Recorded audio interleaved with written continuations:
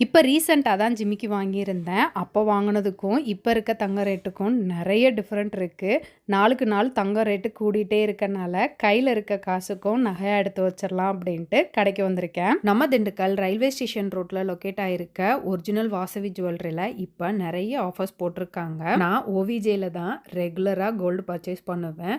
OVJல எக்கச்சக்கமான கலெக்ஷன்ஸ் இருக்கும். கலெக்ஷன்ஸ் எல்லாமே சூப்பரா இருக்கும். நம்ம கேட்குற மாடல்ஸ் எல்லாத்தையும் சலிக்காம எடுத்து காட்டுவாங்க. அவங்க கலெக்ஷன்ஸ் மட்டும் இல்ல, சர்வீஸுமே சூப்பரா இருக்கும்.